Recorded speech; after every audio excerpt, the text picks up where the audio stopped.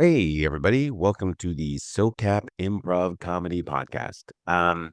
This is a podcast about improvisation, improv for the stage, improv comedy, not music. And it's for people who have an interest in improv on the stage as a performance, but more, or at least as equally as important or relevant to people who are thinking about improv and how it can impact and affect your daily life. Because the ways it can do that are legion, and we will get into those.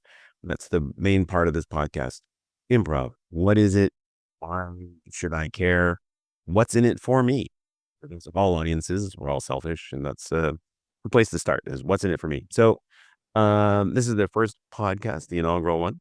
And so I'll start with a little bit about me, who I am. So my name is Ralph. I'm Ralph MacLeod. I am the owner and artistic director of the SoCap Comedy Theater that's in Toronto, Ontario. Formerly, I was one of the founders of the Bad Dog Theater Company, which still exists and runs in Toronto. And that has a very long history going back to the 80s when it was Theater Sports Toronto. And I have been an improviser for my entire adult life. I walked into a Commedia dell'arte class in, I think, around 1988 and fell in love with the idea of making stuff up on stage in front of people. So I started as an actor and worked in professional theater for a hot minute. Didn't like it. I was really bummed because, well, I'd spent a lot of time and effort to get there. And then once I was doing it, I didn't like it. I found rehearsals fun, but being in front of an audience, doing the same thing every night wasn't for me. And anyway, so I found improv and that's what I do. So, um, and I've been doing it my entire life. I teach 20 nights a week. As I said, I own the SoCap Comedy Theater in Toronto, and out of that, I teach sometimes up to 7 classes a week. I have a Zoom class on Wednesdays that's available for people anywhere on the planet. So if anything you hear on here resonates with you, by all means, come and check that out if you're not in Toronto. If you are, I have a bunch of classes that I teach on Thursday nights. I teach a performance class strictly or more geared towards people who want to get up on stage and perform improv comedy because it's so much fun and brilliant. When it's great, it's like anything. When it's great, it can be magical, transformative. When it's bad, it's horrendous. And we'll talk about what makes good and bad improv. I mean, that's a subjective thing, but so more about we will talk in detail about things that will make improv more successful, increase your chances of getting up on stage and being found entertaining, which is, I think, what we all want to do. Entertaining, make people laugh, be the center of attention, show off, whatever thing it is for you. We will talk in detail about what makes good improv and on stage, but also how those skills are transferable to life. The same things that make improvisers get up on stage and make people laugh also can help make you be a more likable person. It can help you understand why human beings act the way they do, and also an exploration of yourself and who you are. And as I said, we'll get into all of this in great detail as the hopefully weeks, months, and years go on. And on Friday night, I teach a class called Improv for Stage and Life, and that's kind of a hybrid. That's a class for people who want to perform, but also people who have been taking improv generally for a while, but not always. Some people are brand new and want to figure out how to apply these techniques to everyday life, how to change our defaults, how to say yes more often, how to push up against the edges of our comfort zone, how to get out of our comfort zone if that's what you're looking to do. I don't like that expression because I don't want to be out of my comfort zone. I like to push up against the edges of it, expand it, make things that were sort of uncomfortable at one point more comfortable and part of my life, if that's what I'm looking to do. If talking to people is something that fills you with a certain level of anxiety, well, we role play talking to people and do it so often that it becomes easier, hopefully. And then out in the real world becomes easier because you've a lot of practice at it. Saturday, we teach 2 classes here. The early one is improv for social skills, which is about, again, using the techniques of improv to help us talk to people overcome our self-consciousness, improve our self-confidence, how to be in the moment, be present, how to really listen, because that's something that as human beings we don't do very often or very well.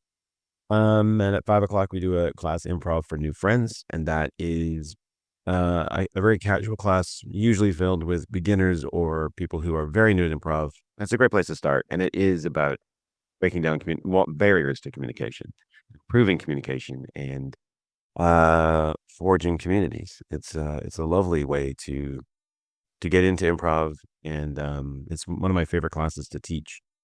On Sundays, we do 8-week classes as well. So there's drop-ins. Those are casual classes, one-offs, pay as you go if that's what you like. And then we also have committed classes that run for 8 weeks. The sort of benefit of doing a committed class is that you are with the same group of people over an 8-week, 7-week span with the same teacher. So there's growth, there's development, there's real bonding. I mean, if you do improv someone for 6 months, you become close to those people. So lifelong relationships and friendships form in classes quite frequently. Not always, but quite frequently they do. Um, yeah, and then on Monday I work with a group in New York. So I teach a lot. I've definitely done my 10,000 hours of improv. If that makes me an expert, knock on wood, I will. Thank you. And so I I live my life by the improv principles that I teach. And there's a lot of philosophy in improv, a lot of psychology, which we will deal in depth. So today, as just a kickoff into what we're doing, I thought I would just talk about improv itself. What is it and why do I care? So when I think of improv, I think well, many things, but the first one is that it's not, it's a medium or an artistic form that is not recorded very well. And because it's not recorded on digitally or analog, however, it doesn't exist in the public consciousness the way other art forms do. Like if we think about great actors, uh, whether Meryl Streep or Robert De Niro, or those people are your favorites, you know who they are, probably. And we have an idea in our heads what acting is. What we consider acting today, that sort of heightened realism is the style, didn't always exist, right? It's about 100 years old, that style of acting. And prior to that, it was different styles. And if we went back and looked at a play that was happening in 1880, you'd think it was bonkers, probably. You wouldn't understand it, wouldn't like it. It'd be very different, probably. Um, and so we all understand what acting is, right? Music. Oh, what kind of music? Country music? Okay, I know what that is. Idea. Even if I don't listen to it, I understand what that is, and that's a country song. If I hear it, I'll know what it is. So it exists in the public consciousness. We all kind of agree as to what these things are and these formats are. Improv is not like that because it's not recorded. There's no real one way of doing it. There's nothing stopping anybody who's never seen an improv class or done any improv putting up a shingle and saying, I'm an improv teacher and they can teach it. And that's totally valid. So it's what thing about improv is that what the things that make it, the boon is the bane. The things that are sort of limiting about it are also amazing about it. And that's one of them in that it's the Wild West, in that it's wide open. Yeah. Anybody can come in and do whatever they want. And if you go to different places in the world and see improv, uh, there'll be some similarities for sure, but there's also a lot of differences. Even within Toronto itself, even within different improv teachers within the same school, we have discussions and arguments. And a lot of it comes down to language and words we use, which is another limiting thing about it. What someone will say, this is yes, and someone else will call agreement, and they're both right. And then they might mean slightly different things. But generally they're in agreement, concordant with what they mean. So improv, what is it? Well, to me, it is, there's many different definitions of it. One is just making stuff up. That's a great definition of improv, just making stuff up. Opening your mouth and stuff comes out. I have students, when I ask them what they think improv is, they go like, I improv every day of my life. And I guess if that's what you consider it, I don't. I consider we go through our lives mostly on default and on autopilot and just kind of do stuff that were habits, right? But that's one idea of what improv is. Uh, to me, improv is like the Tao, in that the further in you go, the deeper it gets, like the ocean, right? The more you go into it, the more you put into it, the more you will get out of it. So I like a definition of that. It's play. It's imaginative play is to me what it is, and what I teach are us practices to really let us engage in play with other human beings. And I mean play, I'm talking about the kind of imaginative play we had as children, like not sports. Because the thing about real play and the way I use it is that there has to be no stakes. Right? There's no winner or loser. We all win. It's the to me it's the analogy, the rising tide raises all boats. That's true in improv. Like the more I can play, the more I can give to my scene partner, the more I'll get back from that person. And so in that way, it's really about communicating and bonding and being part of something that's bigger than just yourself. Human beings, we're hardwired to want to be part of something, whether that's a religious organization, clubs, groups, family. We all love that. We're social creatures, and improv lets you do that. That's what it is. So another definition that I really like is it's it's uh it's individuals, two or more generally, who are creating a game, creating the rules of that game, and engaging in that game all in real time, moment to moment, without discussing it. Right? And that's tough. It's a hard thing to do. Um, anyway, that's what I think improv is. And then I just want to touch a little bit today on why should I care? Like what's in it for me if I don't want to get on stage? Like I'm not Tina Fey. I'm never going to be Tina Fey. So why should I take improv just in my general life? Well, that's a very good question. And that's honestly, for me, I think it should be taught in school. I think everybody should have a chance to experience improv and learn it because how it helps us understand ourselves, human beings, helps us build empathy. Just a quick example, like if you are someone who doesn't have children, well, you can improvise where you are a parent and you can have a child. You can sort of see what that's like and maybe gain an understanding into what the world of someone who does have children is like. Um, Similarly, if you had a good relationship with your parents, you could play scenes where you have a bad relationship with your parent, and it's all pretend, it's all make believe.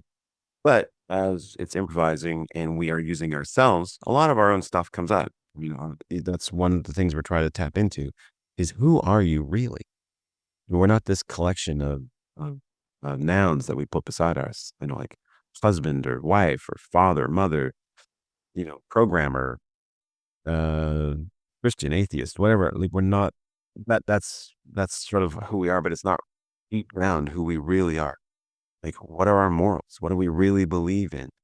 You know, that's what we try to get at is who am I? And I don't have a lot of time here, so I want to figure that out. The journey of life to me is figuring out who you are, gaining enlightenment, letting go of all the stuff, all the baggage that you want to let go of, and focusing on what's really important. And that's what there's a lot of, like I said, philosophy and psychology, and there's a lot of stoicism in improv. Stoics, one of the hallmarks of stoicism is control what you can control and let go of the rest. And in improv, we really have to do that. You really have to let go and try not to control your scene partner. Or if you are someone who has the opposite, who likes to cede control to other people, you can't do that either. You've got to step up a little bit. So people who are overbearing can learn how to let go a little bit. People who are more laissez-faire, shall we say, can learn how to get some control and be part of something. It is when we improvise, we really are as strong as our weakest link. And so we like to bring everybody up and have everybody participate and everybody be part of something so that when it's over, we can all look back at it and go like, we did that. And now we have an experience that we've shared that will bond us quite a while. It's always interesting to watch when you have a really good show and how just nobody wants to leave, or a really good class and everybody just wants to hang around. They want that feeling to last. And that's what improv can give you. It can give you that sense of community. It can give you an understanding into yourself. It can help you build empathy for other people. It can put you in touch with who you truly are. It can help you overcome a lot of the things we've been taught about communication, which in my experience are not just wrong, but exactly wrong. And we'll get to lots and lots and lots of stuff like that. So this podcast will come out once a week. It's going to be a bite-sized podcast, so between 5 to 20 minutes. My plan. Occasionally, I will probably have some guests on and talk in depth on certain topics. I will do a full history of the improv scene in Toronto, which I get asked a lot about. And since I've been involved in, well, most of it, well over, I think 3/4 of it, I guess. That's, um, there's a lot there, a lot of really interesting stuff. And how we got here. Anyway, I hope you'll join me on this journey. I'm going to keep it short so that it can be bite-sized and you can listen to it on your way to work and when you're working out at the gym or anywhere else. Please send me questions. You can reach me at ralph@socap.ca. That's Ralph, and SoCap is S as in Sam, O as in Oscar, C as in Charles, A as in Apple, P as in Peter.ca for Canada. It's where I am, my home and native land. And and I look forward to going on this journey. I'm super excited. This is long overdue, and I'm glad it's finally happening. Anyway, have a great week, and come back. We'll see you here next week. Take care. Bye.